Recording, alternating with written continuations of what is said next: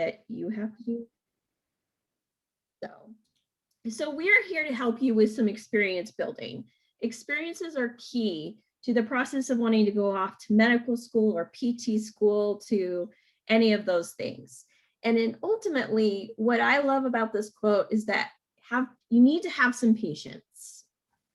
You don't have to have everything figured out right now, and that's okay. Have patience with everything that remains unsolved in your heart. Try to love the questions themselves. In other words, you probably have a lot of questions. So why do I want to be a physician? Why do I want to be an occupational therapist? Why do I want to be a dentist? And ideally, what we're hoping that you'll understand is that those questions are where we're at. And that when you go out and you experience things and you live in the present and you continue to ask those questions, that perhaps you'll be gradually, without even noticing it, finding yourself experiencing it in a distant day. In other words, you may have arrived at that point and you may not have. That's part of the journey and the fun of it. And so experiences are key. Any experience, you probably have heard me say that till I'm blue in the face. We're going to focus on two today. Two categories or areas that we feel are key to your success. One of those is research. So research allows us to be critical thinkers and to think of alternative solutions and conclusions to approaching any problem. They also help us with quantitative reasoning and scientific inquiry. Can we explain the natural phenomena of the world?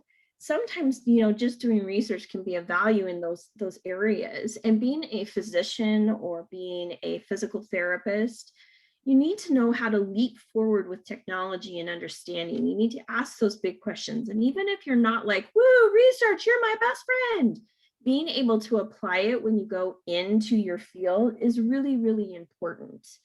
You also need to be good writers. I can be the first one to say that in my undergraduate education, I sucked at writing. I was terrible at it.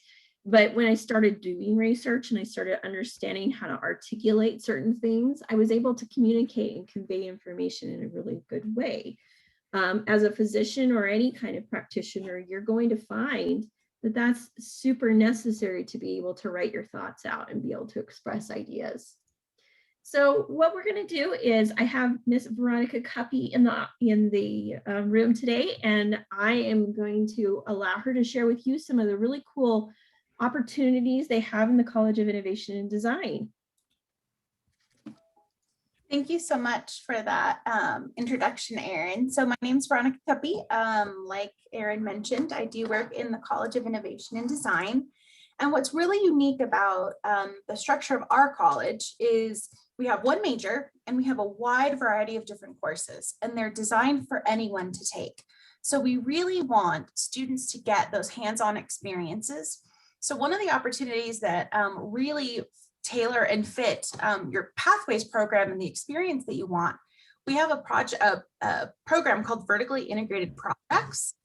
So what this is we have faculty all across campus, all across disciplines. We have some that are in a lab. We have a couple that are with a resident astronaut, Steve Swanson.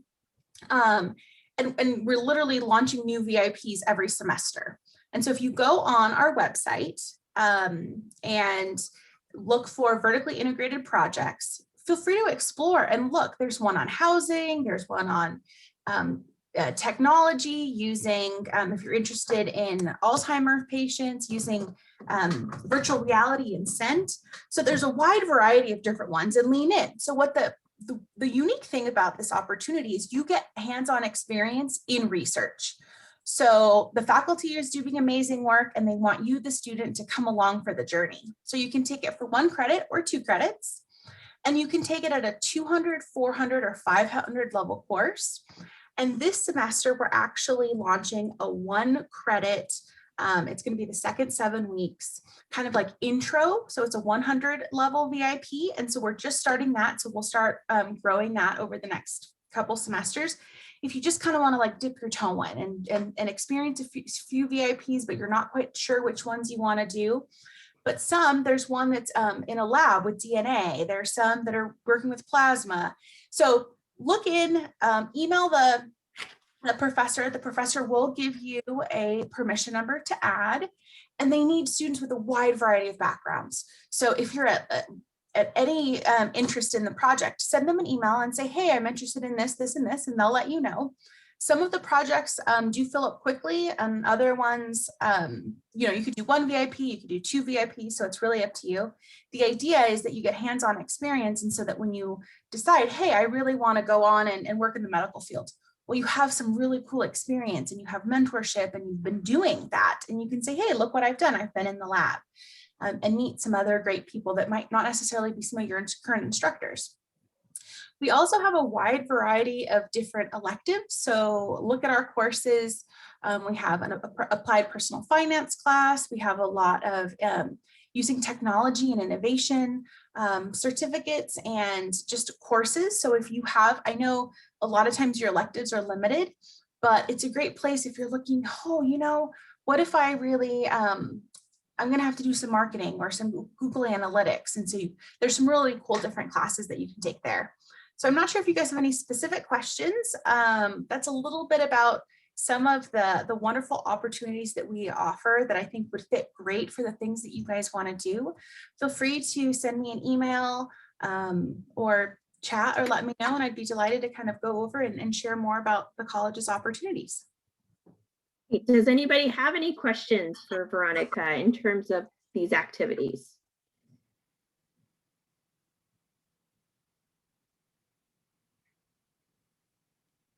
You got her right here. She's right here. Do the projects vary in length, or are they all 7 weeks? They vary. So some of the research they're working on for years. So some of them are the VIP 100 is a 7-week because it's just like a short little taster. But no, you can take some. We have some students that are in the same VIP for several years. And some of the labs, the students will take it and then they become the kind of the ones managing it, and then they're training the incoming students. So it's really up to you how long you want to be in a VIP. Some students want to do different ones and get a lot of exposure. Other students just fall in love with the project and you can take it multiple times. So that's why you can choose if it's 1 credit or 2. Question. Hannah. Anybody else? Well, thank you for inviting me to share today, and I hope you guys have a good Monday. You do the same, and you're welcome to stay or hang out or head off where you need to go. Perfect. Thank you. All right. So, and I did put the link to the VIP program in the chat, and if you guys want me to, I can put the email address for Veronica in there as well. And it is on the screen. Also, we do have research opportunities. I'm now going to turn the time over to Serena Stranger. She is a previous Ralph Jones Fellowship. So she is a pre-med student who pursued the Ralph Jones Fellowship over the summer of 2020 through the fall. I believe, Serena, you might correct me if I'm wrong, but I think you're also a VIP student that you've been playing or participating in the VIP project. So yeah. I would like to give her the chance to just talk briefly about her experience, and then you guys can ask her some questions too. Thank you. So, hey everyone, I am Serena Stranger, and I did the Ralph Jones Fellowship a year ago, I applied a year ago. The application itself to get the fellowship was some basic information, and then you also had to do an essay with it. And the topic for the essay was why I want to be a physician and pursue that specific career in particular. This part of the application was really helpful to me in general, not just towards the fellowship, but applications for med school or even really figuring out that question in general in case it came up in interviews and things like that. But in regard to my experience, I had the opportunity to do this research this past summer, and it went into the fall just a little bit because of the circumstances. And it was really rewarding because of the state of the world in that time specifically. It was like the only human interactions I was getting at the time. And I met some really great people within my lab who had advice about applying to graduate school or just classes in general. At the end of the semester and at the end of the summer, we created a poster about our research we had done and was able to present that at ICUR, or the Idaho Conference of Undergrad Research. And that was over Zoom, but it was still a really great opportunity to work on communicating scientific results, because sometimes we don't get to do that as much.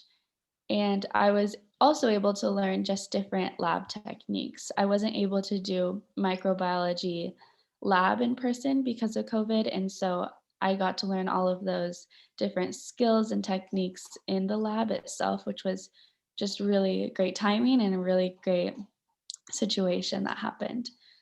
But I think one of the most important things I gained from the experience itself was a mentor of Dr. Cornell, whose lab I worked in. And in my own process of applying to graduate school, he's given me so much insight and advice, and offered to give me a letter of recommendation, and given me even more opportunities by being a VIP student on the Plasma Project now, which has been really great. And now I get to train different students who are coming in, and just opened a lot more doors for me than I had before.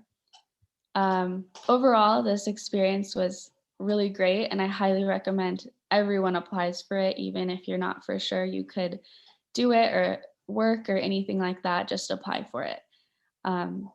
If you guys have any questions, you can ask me right now, but I'll also put my email in the chat if you want to ask me privately.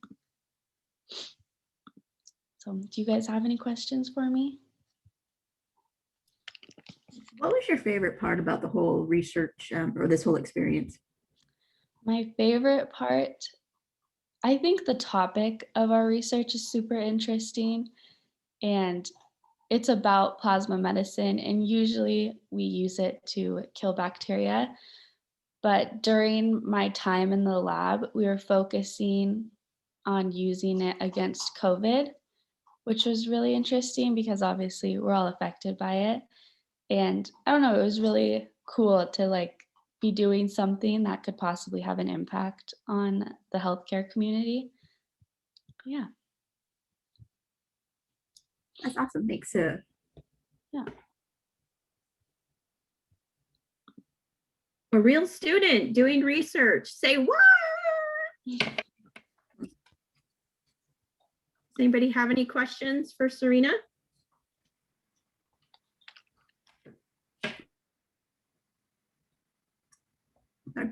Did you pick? I'm sorry. That's okay. Go for it, Did Shannon. Did you pick who were you going to work with, or how did that work out? I know some of the other students already had a professor in mind that they wanted to work with, but I actually didn't go in, and so Erin was kind enough to set me up with Cornell.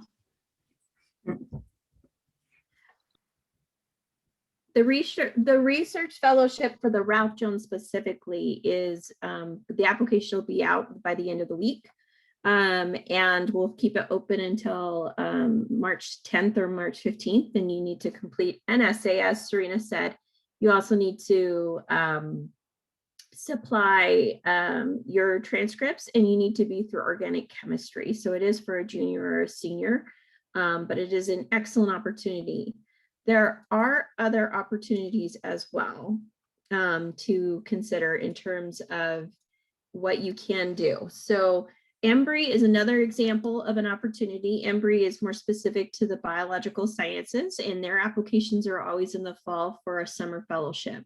The benefit of the Ralph Jones is that we do try and secure opportunities for students who maybe didn't get an opportunity to do research. That doesn't mean that we will exclude anybody who has had research before, but that is something that we really encourage to foster research experience. The Embry might expect you to have a little bit more experience as well. There are some really great opportunities. The NAAHAP, which stands for the National Academic Advisors for the Health Professions, their website is down right now. They are scrambling to get it back up. But if you ever go out there, there's student resources with summer opportunities for things like research also. But I just went out to the AAMC website and I clicked on Summer undergraduate research programs. Look at how many there are across the US. I mean, it doesn't have to be strictly just Boise State University. There's enrichment programs, there's all sorts of stuff. And I always try really hard to send off this information to students when it comes available so that we're timely with the deadlines.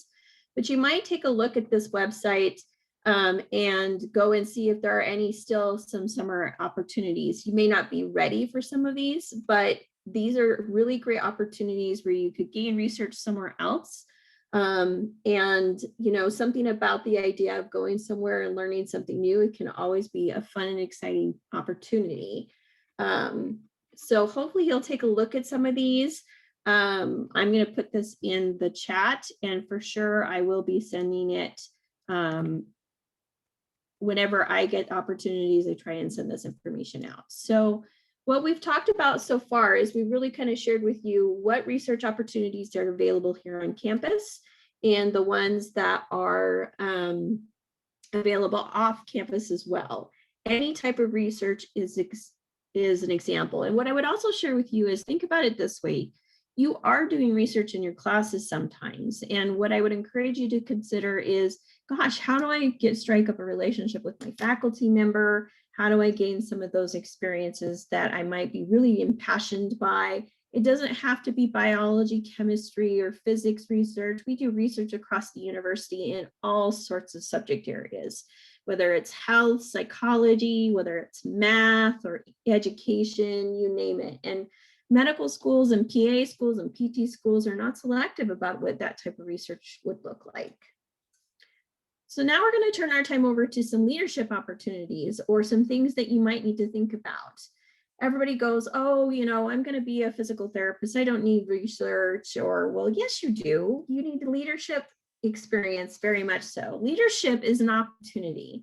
When you have the opportunity to mentor or lead someone or teach someone something new, you're going to gain social skills, which demonstrate an awareness of others' needs and feelings, and you're going to learn how to treat others with respect. I don't know about you, but I've been with leaders that have not treated me with the most respect. And I've said to myself, I don't want to be that kind of leader. You also need to think about cultural competency. Gosh, can I have appreciation for others that are different than myself? And can I interact effectively with people from diverse backgrounds? Can I lead those people? Can I mentor them? Do I have the skill sets that I need? You also need to think about teamwork. Leaders are not lone wolves. They don't live on a deserted island. They really do need those to work collaboratively, can't talk today, with others. And they need good oral communication skills. And so by doing these experiences, by having them and asking yourself, do I have those skills built in or can I learn them, is key. So I'm going to turn some time over to, I always butcher your last name. So I'm going to say Matt, and then you can tell us your last name and I will repeat it. From the Learning Assistant area in the Academic Advising and Support Center. Yeah, so it's Matt Schmazzo, but Matt's just fine. Yeah. How y'all doing today? Thank you for the time. And Aaron, thanks for teeing me up there. So as far as the Learning Assistant program goes, as of today, I oversee it, but we will have a new coordinator in place by the time we get to next semester. That said, I'm here today to tell you a little bit about the program and the fact that we're going to be hiring soon for the fall semester. So we start our recruiting process quite early, as with these research opportunities that you're hearing about and just other opportunities on campus. Many of those things are opening up now. So keep your eyes and ears open for positions on campus or these research opportunities that, again, that you've been hearing about today. The Learning Assistant program, and many of you may have gone to an LA session already or are aware of LAs. If you're not, basically what we've done with our academic support programming on campus is we hire folks, students that have taken a course, have gotten an A or B in that class, and then we place them back into that course to support the faculty member and the students in it. And the goal of the program really is to, again, this idea of maximizing success with peers. and many of the traits that Aaron just talked about in terms of developing leadership. Our goal is to allow students a space to study effectively. And learning assistants, we train learning assistants in how to do that, right? So we don't expect you to be experts in the content. That's a faculty member's job, right? They're the expert in the room. We help train you to be an expert communicator and an expert facilitator. Those are the things that we focus on in our program. And it's a paid position. So it's about 10 hours a week. And again, we place students in many lower division courses that have been historically difficult or create bottlenecks for particular majors.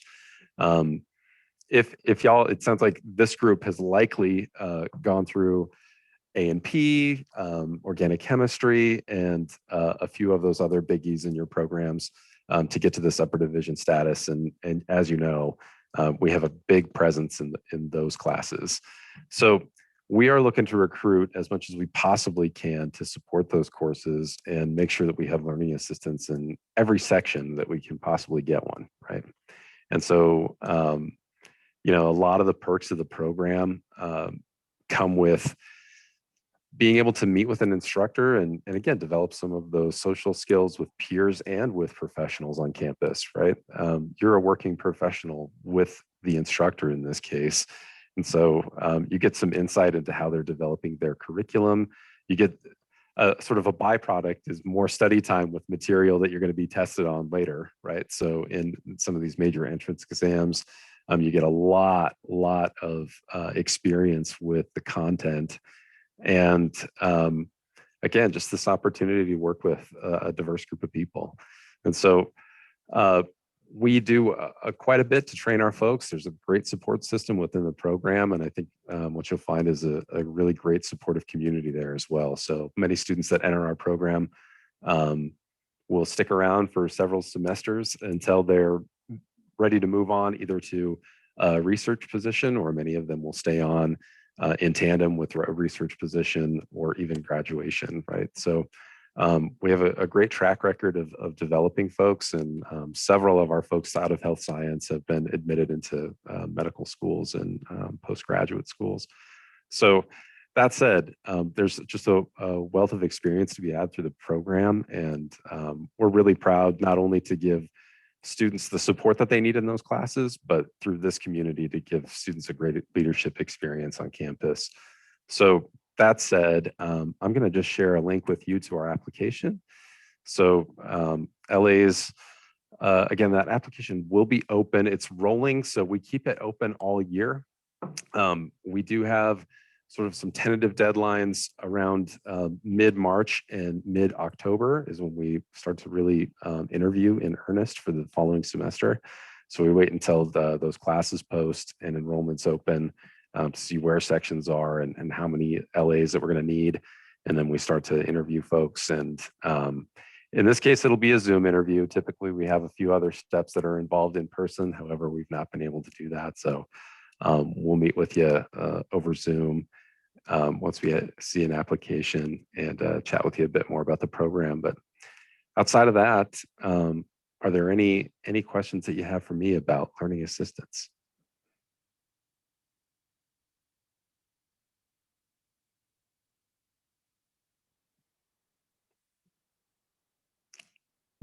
And an opportunity to talk to someone, a real person, a real connection with someone who could help you gain some leadership experience. You may be doing it to check off a box, even though you know how much I hate that. But ask the questions now. You have someone here. Great question. Hey, Holly says, is there a LA for statistics? Boy, Hallie, that's a good question. So it depends on what stats you're talking about. So applied statistics, we don't have LAs, and that's actually a problem that I'm working on at the moment. So we have several applied stats classes where we have students requesting help. And if we can try and find that help elsewhere, we do. So with other tutoring options, we certainly try to connect students with office hours or with the instructor, that is, or peers in the classroom. So there's options there. However, we don't have anybody right now in applied stats.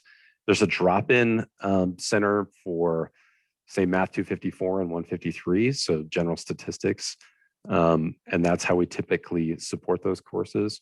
In the past, historically, we've had LAs in Math 254.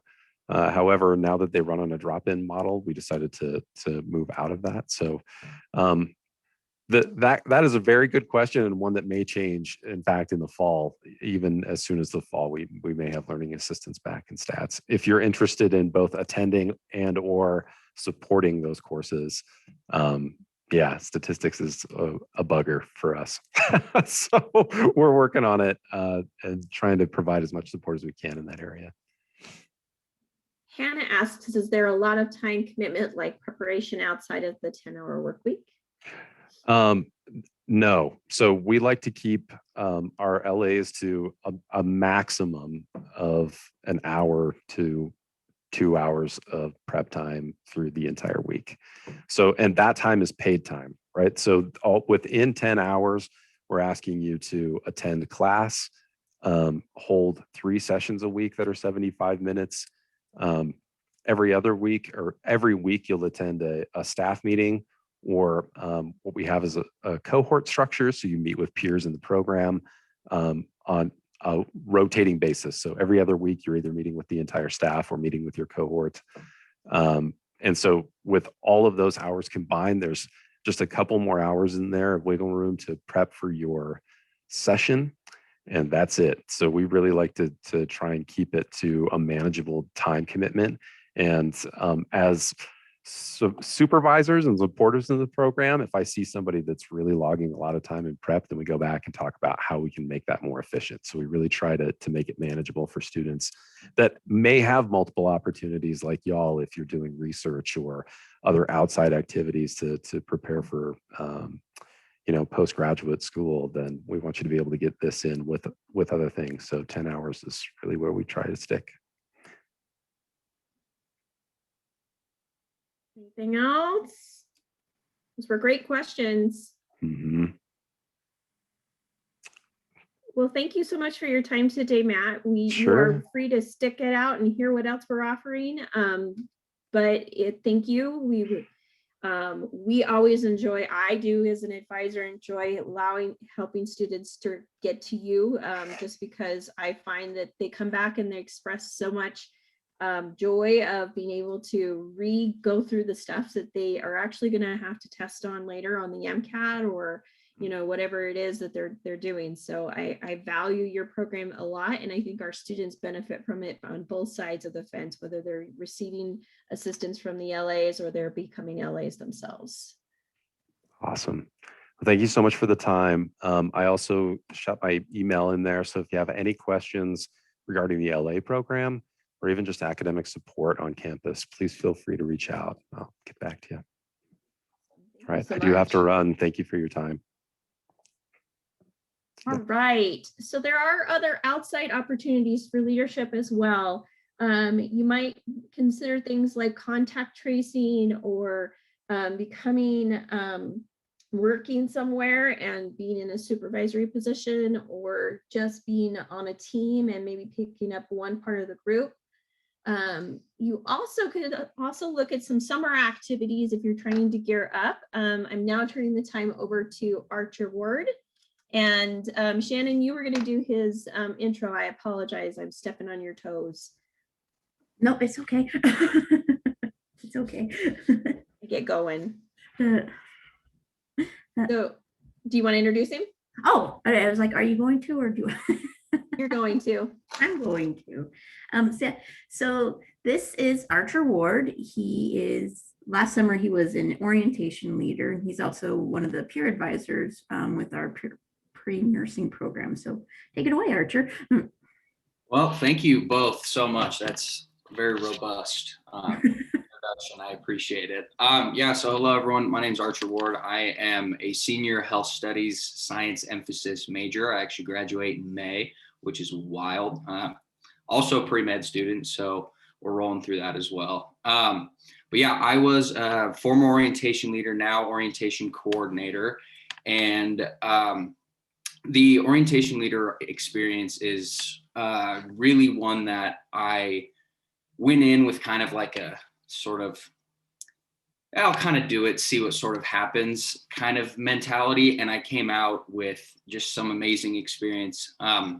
It really, at the end of the day, is a very service oriented role. So really what our office aims to do is provide students with a inclusive and welcoming environment, because for a lot of them, you are their first point of contact, at least student to student point of contact. So you're there to essentially help them with any real experience. Sharing your experience, but also helping them sort of make that transition from potentially high school, or as they're coming in as a transfer student.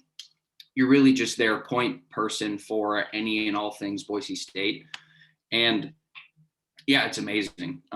It really was a impactful role, and really the virtual environment didn't change it that much in terms of getting out of it. I got a lot out of it personally. And this summer, we're really actually very excited about the program we're going to be putting on. We're making a lot of adjustments and really just making sure that our student experience is not only robust, but we just put on and facilitate great programs for our incoming students. I highly recommend applying for the role. The application is open now. And it closes on February 18th. You apply through Handshake, the link's right there, but I also will put my email in chat. It's right there on the thing, but I'll do it anyway. And feel free to reach out to me. I am one of the orientation coordinators, like I said, so I am pretty inundated with any and all things new student programs currently. Questions for me, if any? What did you learn most? What was most valuable about the experience for you? Flexibility and adaptability, 100%. There was a lot of times where we're hosting, one of the main tasks we had as orientation leaders was hosting meetings for our incoming students and essentially providing, they're basically information sessions, and trying a lot of different things to, up student engagement, get them sort of asking questions in response. It was a lot of, trial and error. And, especially with just the changing nature of the pandemic, and as things were shifting around all summer, we had to make adjustments. And so it was definitely adopting that mentality of, things could change. We're going to, if something doesn't work, we get right back up and try something new again. And yeah, I would say for sure flexibility and adaptability.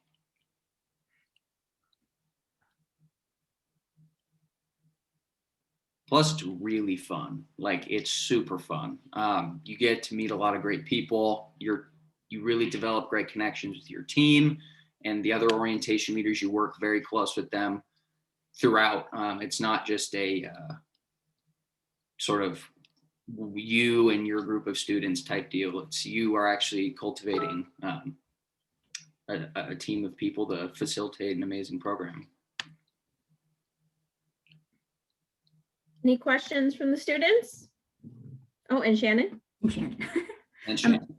And Shannon. So Archer, what's your major? Health studies. Are you pre-med? Yes. Yes.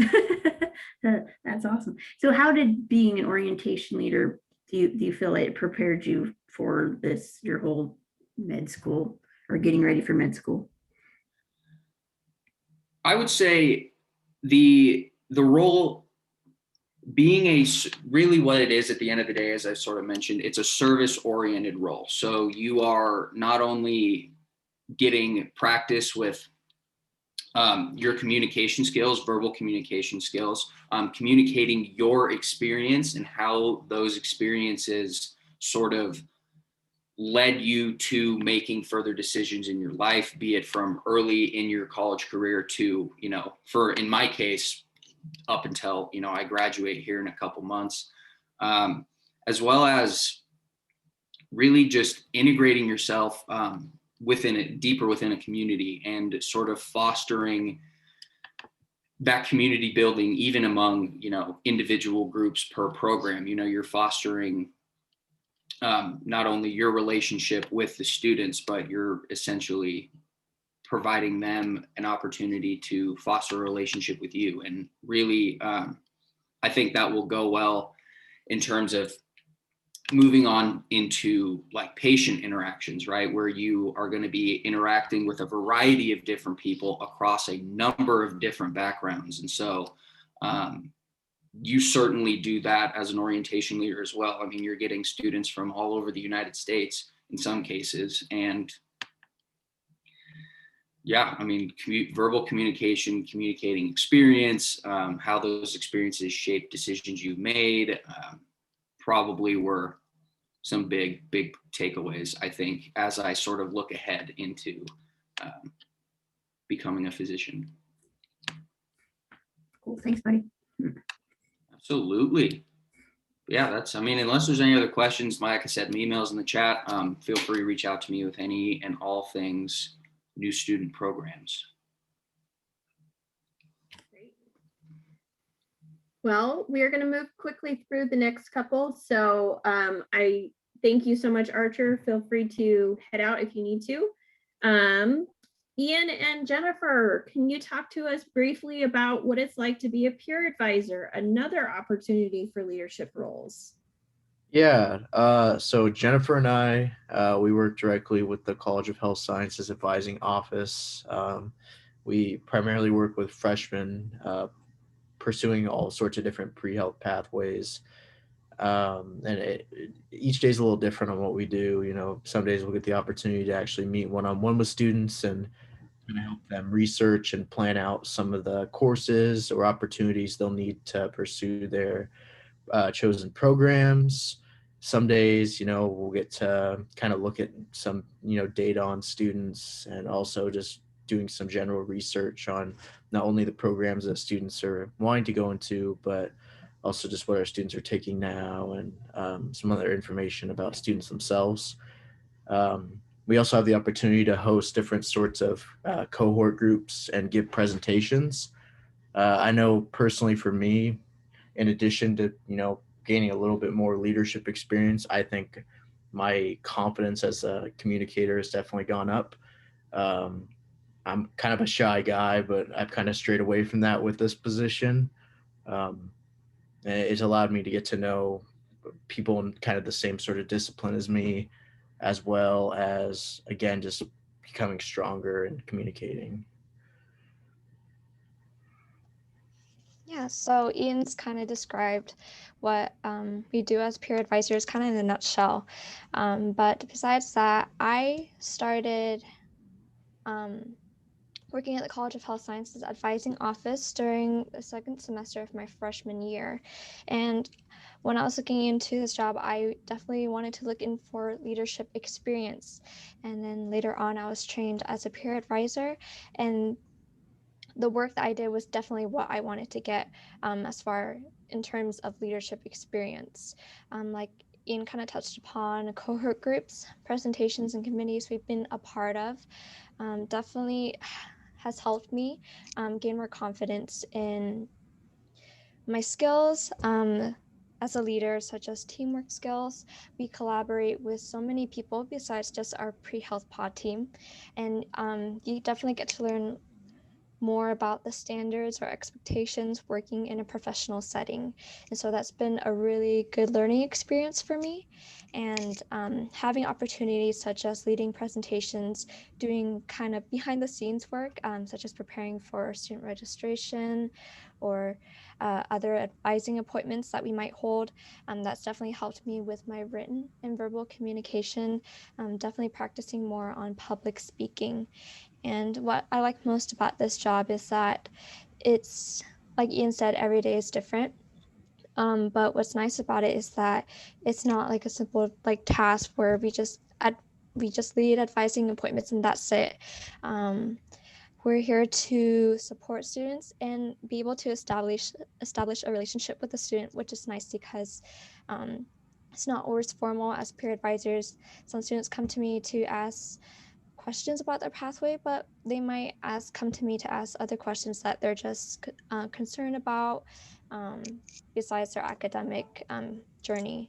And that's been really nice to be able to develop that relationship and interact more with students in that way. We also have sorry. Go, Aaron, go for it. We also have a position open in our office, but there are other peer advisors across the campus. There's some in psychology, there's some in biology, there's some all over the place. Academic Advising and Support Center, where Matt was from, also is looking for academic advisors often. So those are opportunities for you to consider. Our position is open on Handshake if you are interested in looking into seeing if you qualify for one of those locations to be able to gain some of that experience. We do summer opportunity. We do work in the summer just because we have what Archer referred to as orientation. So those are some opportunities to kind of be able to work with different groups on campus as an advisor. Do you have any questions for Ian and Jennifer?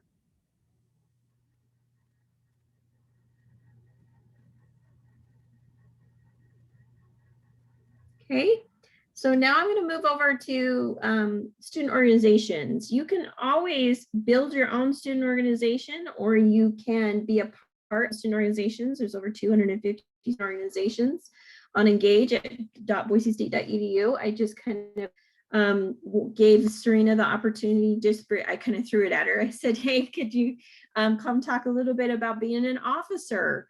So she is currently serving as one of the officers for the Future Physicians Club. Serena, would you like to share a little bit about what it's like being an officer in a club here at Boise State University? Yeah, so as Erin said, I am one of the officers in the Future Physicians Club.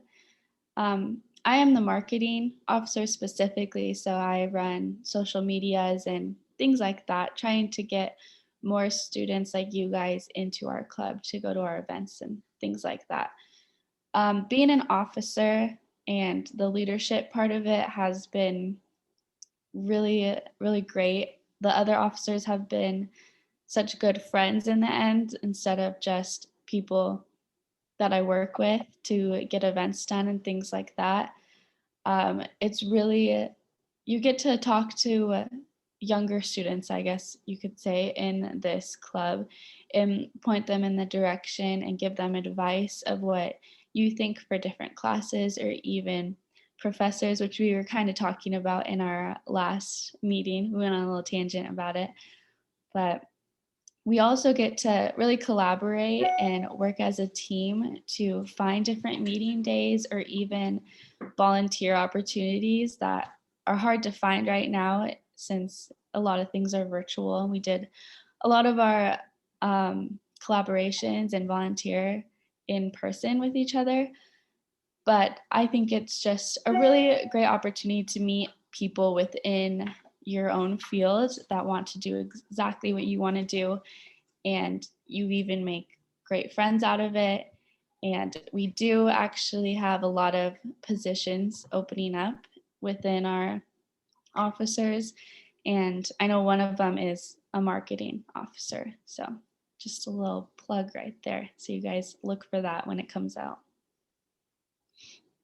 Yes, Serena is graduating, so she will no longer be able to serve in that role. So, questions for Serena about being an officer?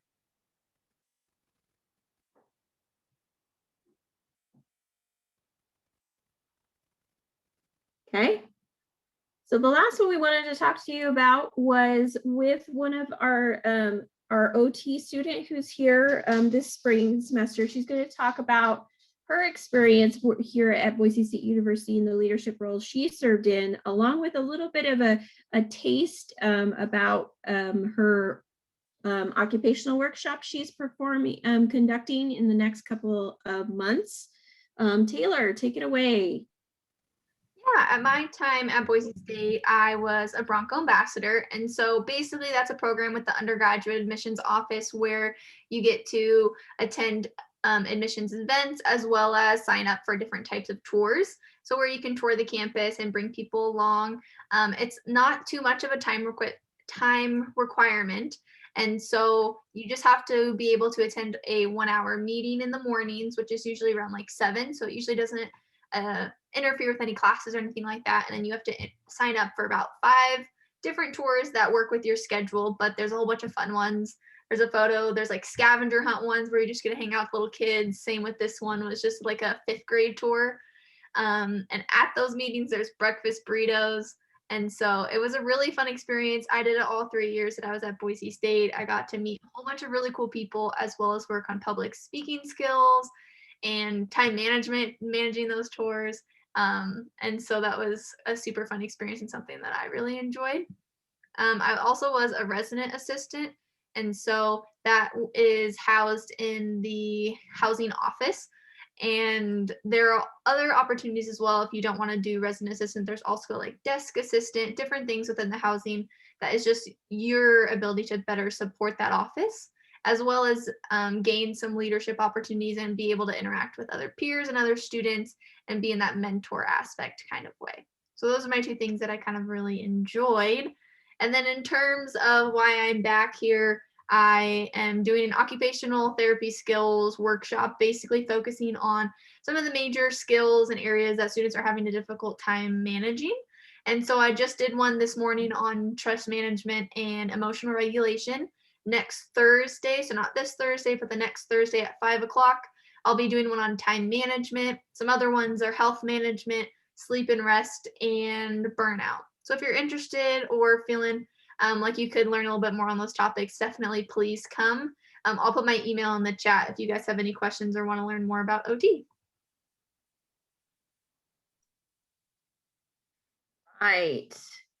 Well, we're 3 minutes away from the hour, so we're going to go ahead and I'm going to stop recording, and I'm going to go ahead